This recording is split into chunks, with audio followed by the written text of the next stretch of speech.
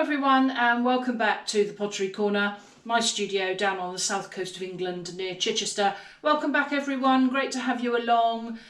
Today we're doing another glaze kiln fire opening. After the last kiln opening with Kiln Jeopardy, which I have to say was a little bit worrying, this kiln load fired absolutely fine, and in fact I have had another glaze firing before this one.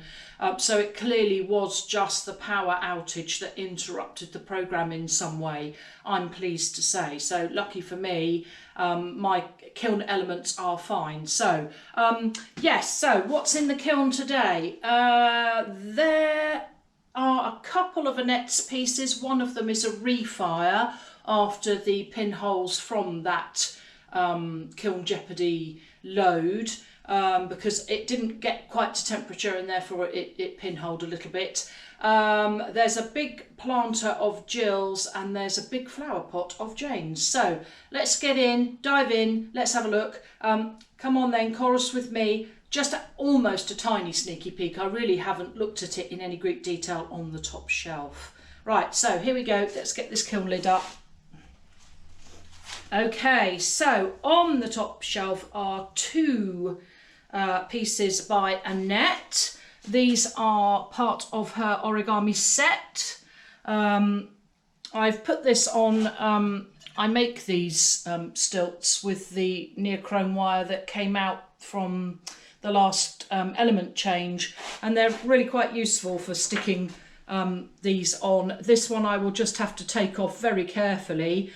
This on the back is Amaco's Storm, and she's used, I've got a roller upstairs that's actually a pastry roller, but it's an antique one that came from France, a metal rolling pin with this pattern on it, which is really lovely. So we use that quite a lot, and that on the back is, as I say, Amaco's Storm. I'll just need to be very careful when I take that off. And on the reverse, on the top, yes, right, well this is interesting because we actually do have more pinholes. If I tilt it in the light, there's a lot here and here. It's not so bad on the other side, there is a little bit there. Right, so glaze combination on here is True Celadon underneath, 2 coats of True Celadon underneath 2 coats of Amaco Seaweed. And then on the bottom, this blue part is Amaco's Deep Sea. Now, what she wanted to get and hasn't got quite was the seaweed coming down much further. But I guess Annette doesn't put enough glaze on, and whilst I asked her to put another coat of the seaweed on, clearly it could have done with 2 to get it to pull. It has pulled a little bit, but probably not enough. And again, on the back, if you have a look, this section here is really lovely and dark, and the rest of it, it's not too bad actually on the back. But for me, it could have done with another coat just to even out the patchiness, but it's not too bad. But yeah, pinholing again. So I think I'm going to have to put some pyro cones in and just check what temperature we're actually getting up to, because it might be that the elements are just slightly lower than they should be. This is the refired piece. So this has come out of the kiln before, and we had some pinholing on the front after the last firing, and that has actually gone, so she's added a little bit more Blue Lagoon. So combination on here is Amaco Glacier with Blue Lagoon in the centre, and actually the pinholes have gone on the front. She did add another coat of Blue Lagoon on the back, so it's better than it was. For me, still not thick enough. Probably could have done with 2 coats on the back.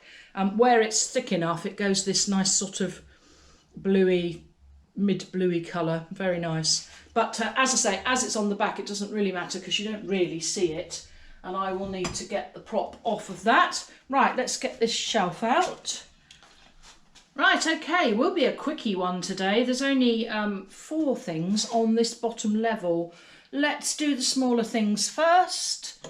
This is, oh lovely, this is Louisa's first slab built vessel. So this is a little vase I like this where at the join she's left an uneven asymmetrical bit, which I really like. She's textured it with some of my bisque textured stamps, and the glaze combination on there is Amaco's Cobalt. Beautiful, beautiful, and thick enough. Really nice, lovely glaze application, Louisa, well done. And on the inside we have Amaco's Sky. And again, that's a really, isn't that lovely?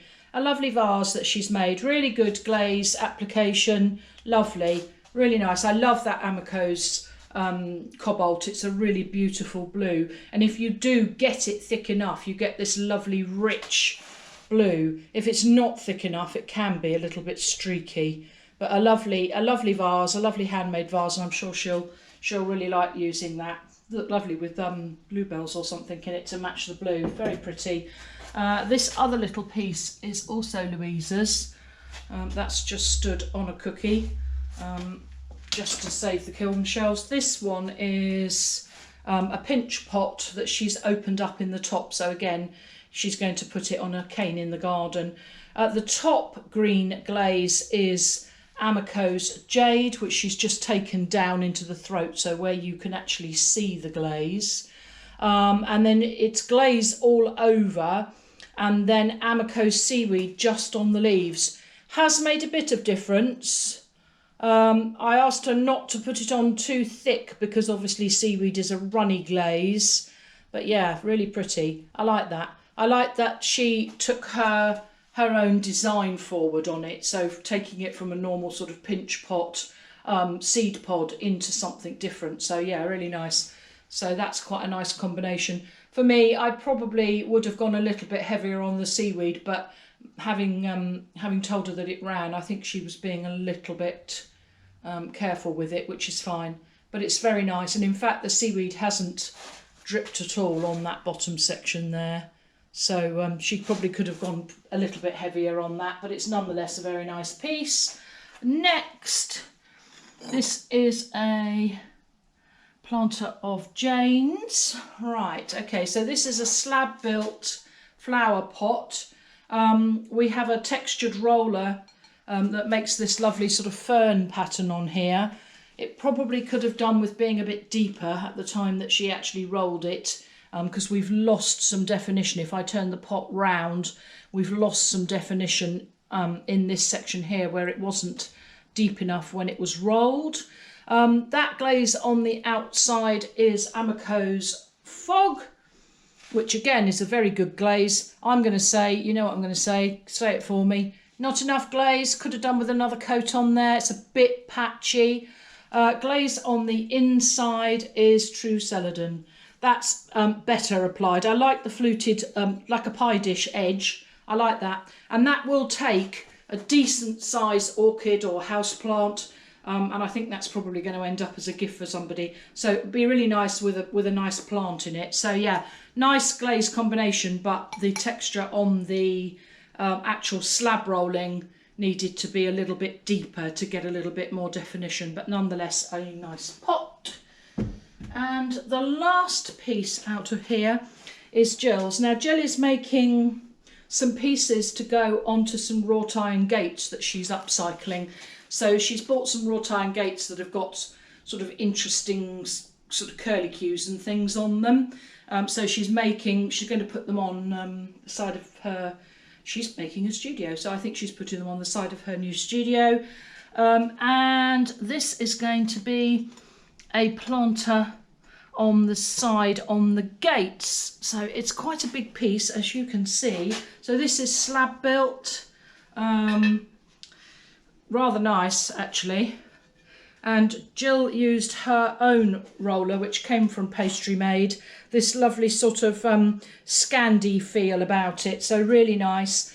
And that is Amaco's Ice on that lighter section, and then Amaco's Indigo Float on this blue section. Now Indigo Float, if it's not thick enough, will break to green, which is what it has done. And also it has slightly it's an opaque glaze, so it has slightly rubbed out the texture on there, but it's quite nice nonetheless. But for me, I would have used a celadon glaze so that you could see that beautiful texture. But nonetheless, a nice piece and a big piece to come out of the kiln. So that fills up, you know, more than half of the bottom shelf. So yeah, nice planter nonetheless. And she's put some fixings on the back so that she can cable tie it to the gate. Right, so that's your lot in there. I told you it was short and sweet today.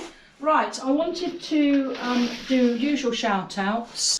I also wanted to update you on Steph's GoFundMe. If you watched my video a few videos ago, I shared with you that I follow Steph Chamberlain at Claydor, and that she had a GoFundMe page because she was saving for her own kiln.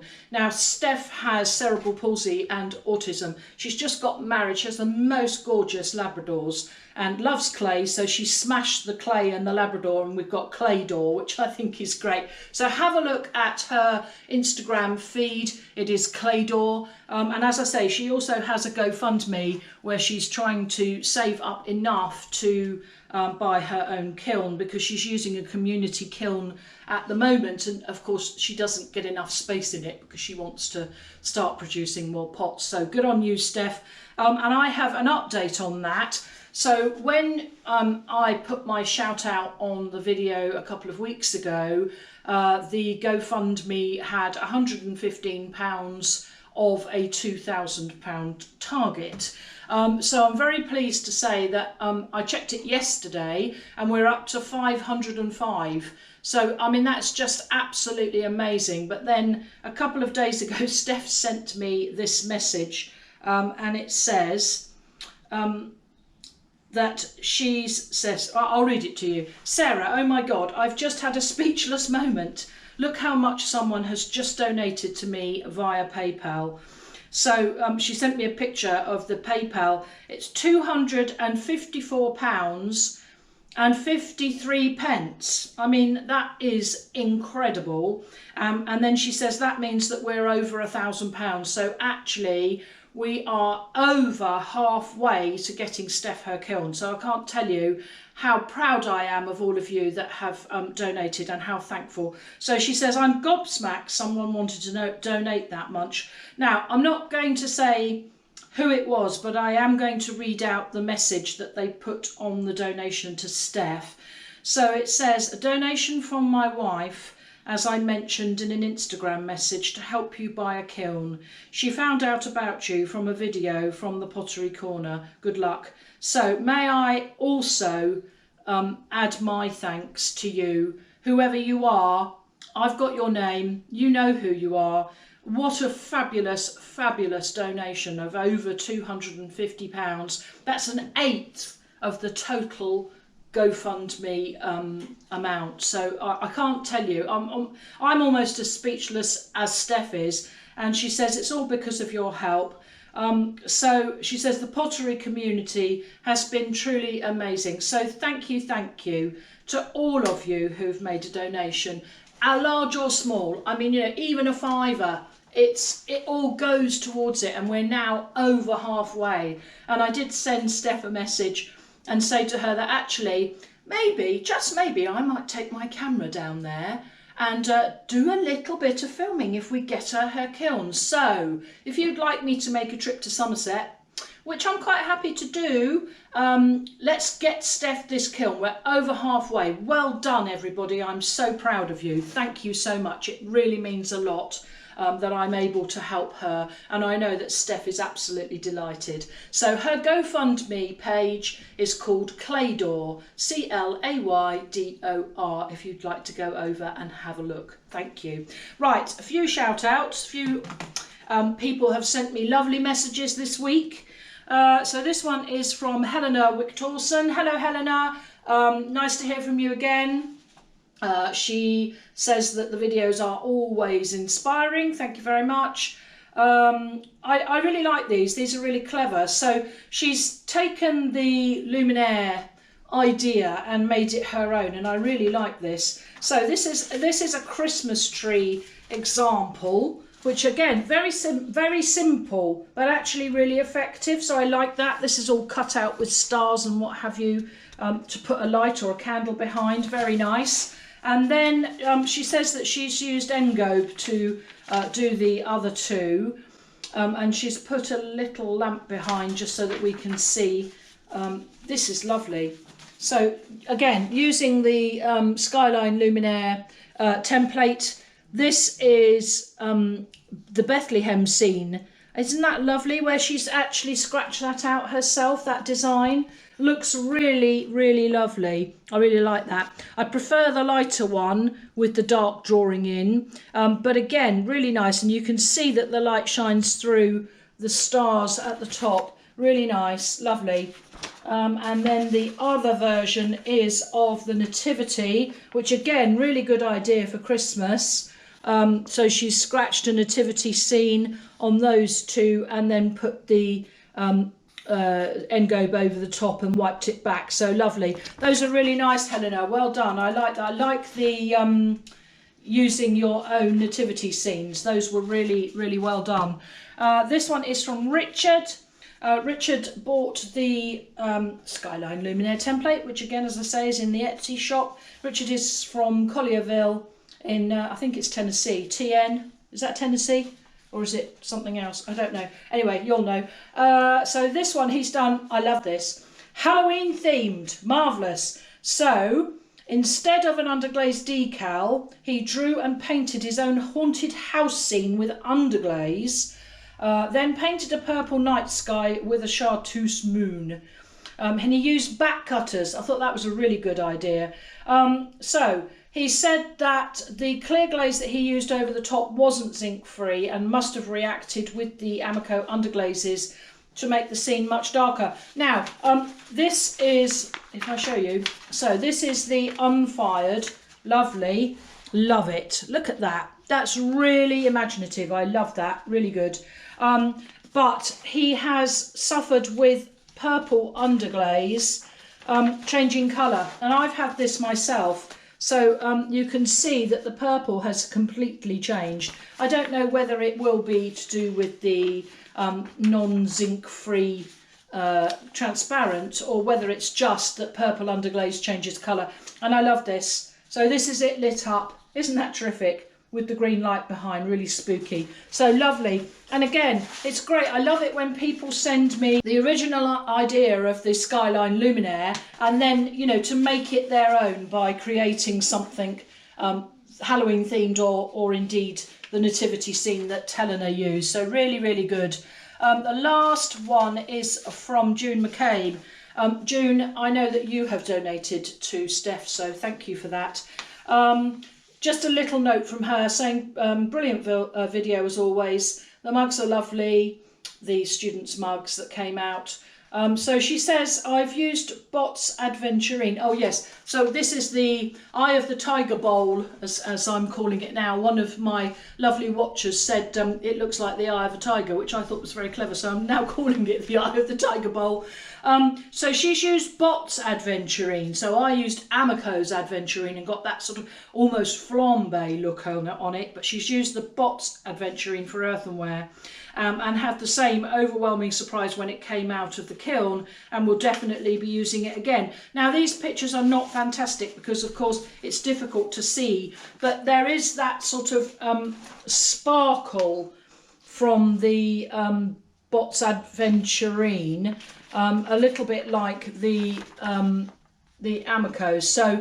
So yes, those are really lovely. Thank you for sending that to me, June. And what made me laugh at the end of it, she says, and now I'll have to buy the one that you used on stoneware. It's all your fault if I'm poor and end up in the workhouse.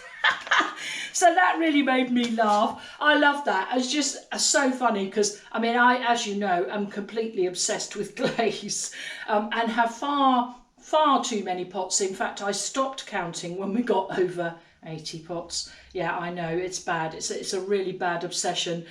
So June, I completely understand that actually, you know, the more glaze I buy, the more I think, you know, this is ridiculous. I really should stop. So thank you for all your messages this week. It's always really lovely to hear from you and the wider clay community. And as I say, thanks again for being so supportive of Steph and it'd be really great to get her kiln, and we can all feel that we're part of that. So that's it for me this week, and I'll see you all on the next one. Bye for now.